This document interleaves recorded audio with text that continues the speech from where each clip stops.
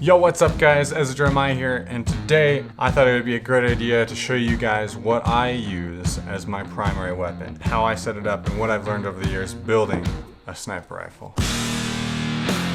This is the SSG-10. I thought that, hey, this would be a really great starter platform. It's already got a 90-degree trigger, it's got a reinforced piston setup, and the hop-up setup wasn't necessarily bad, and the air seal was awesome. So it was a really great starting setup, at least in my mind. But I have done quite a few modifications to this, mostly to the hop up and barrel situation, and I wanted to talk about that today. All right, so let's just get into this really quick. First off, one of the biggest things on the outside, which you may have noticed already, is this outer barrel is shorter, and then I'm running a suppressor on the end. If I take off this suppressor here,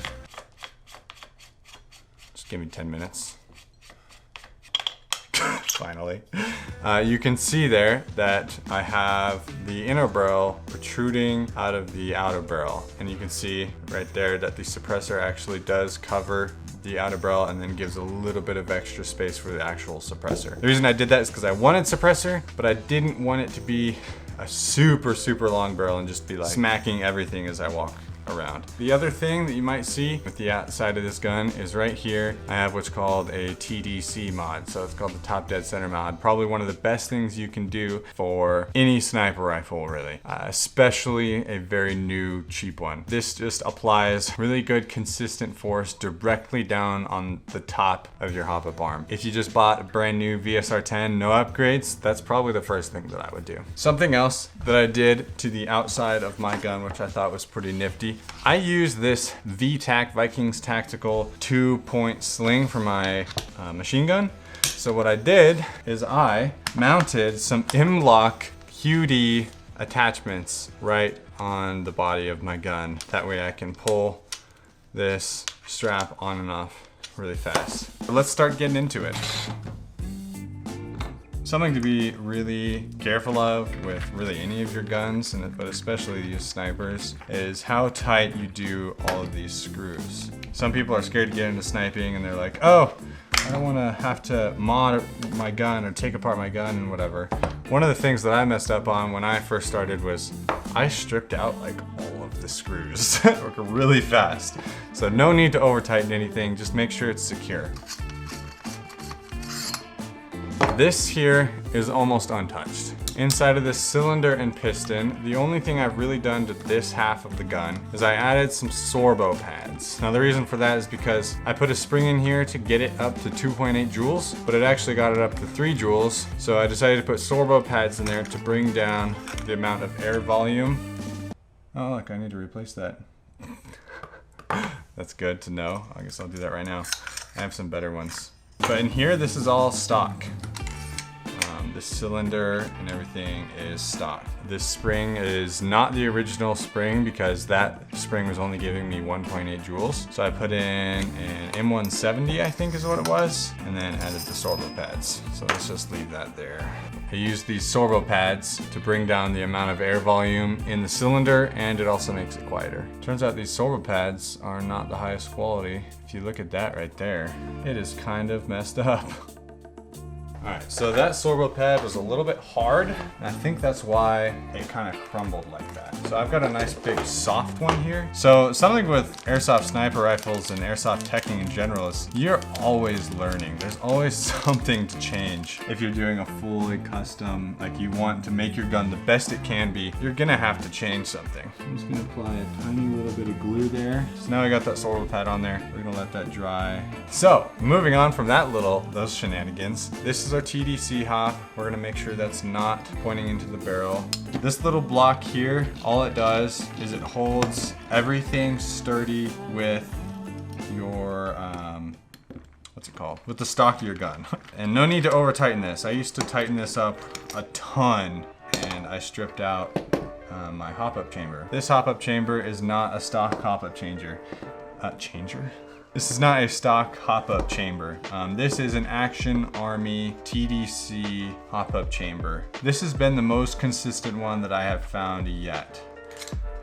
So we're just gonna push that out right there. The reason it's coming out a little tough is because I have barrel spacers in my barrel. That's also another important thing. It'll keep your inner barrel tight inside of this guy. As you can see, it's very simple. So in here, I have what I found to be the most consistent hop-up combination I have found yet. And I've tried a lot, and I have one on the way that I want to try as well, but for now, this has been the most consistent, most awesome hop-up. It is not an R-hop. A lot of people think that R-hops are the most amazing thing ever, but let me tell you, from my experience and other people's experience with R-hops, is they can be quite finicky and not reliable. Even if you get like an amazing, perfect patch job done, it'll still be kind of trash sometimes.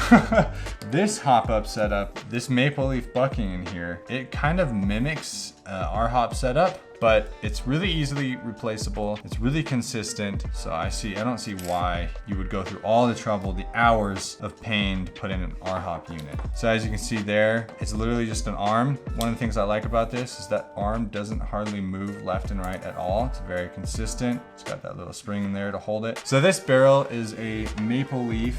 I don't know if you can see that there, but it's a maple leaf crazy jet barrel. And the cool thing about this barrel is right here on the end, there are essentially vents. And the vents, when the air comes out of the barrel, right here at the end, it forces the air out in like a straighter path, and a straight path kind of around the BB.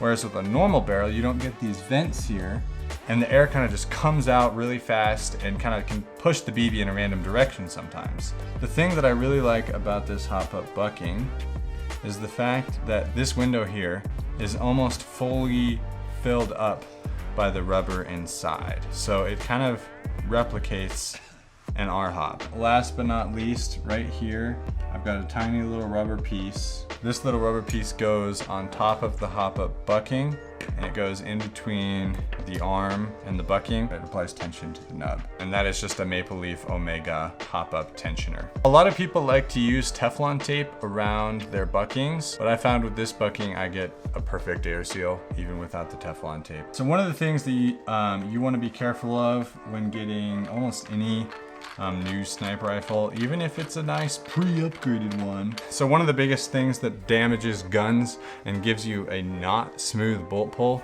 is this in here, this little slot in the bottom of your cylinder. This slot in the cylinder can be quite rough, and it can get rough. It interacts with the spring guide stopper. That's what that is. And the reason that's all not black, it's rubbed off, is because I used sandpaper and I made it nice and smooth. So I made that piece smooth, and then I made this smooth.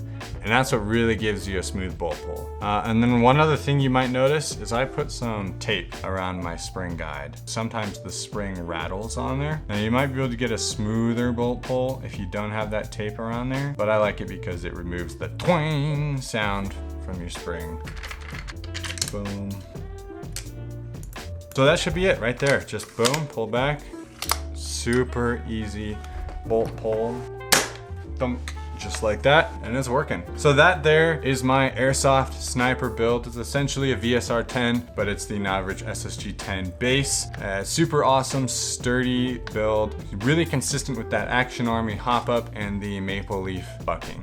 I'll include all the links to all my parts down in the description below if you're interested in building this rifle yourself. Let me know what you guys do to your guns and how long you've been airsoft sniping for. It's really an awesome time. It's an awesome hobby to have, and having your own prized possessions, your pieces of art that you've been building, it's awesome. I hope you guys did enjoy. I also like to build AEGs, so maybe I'll do an AEG build at some point as well. AEGs can be kind of scary to some new players and some new airsoft techers, so I'd like to go into that with you guys. If you are interested, I'll catch you in the next one.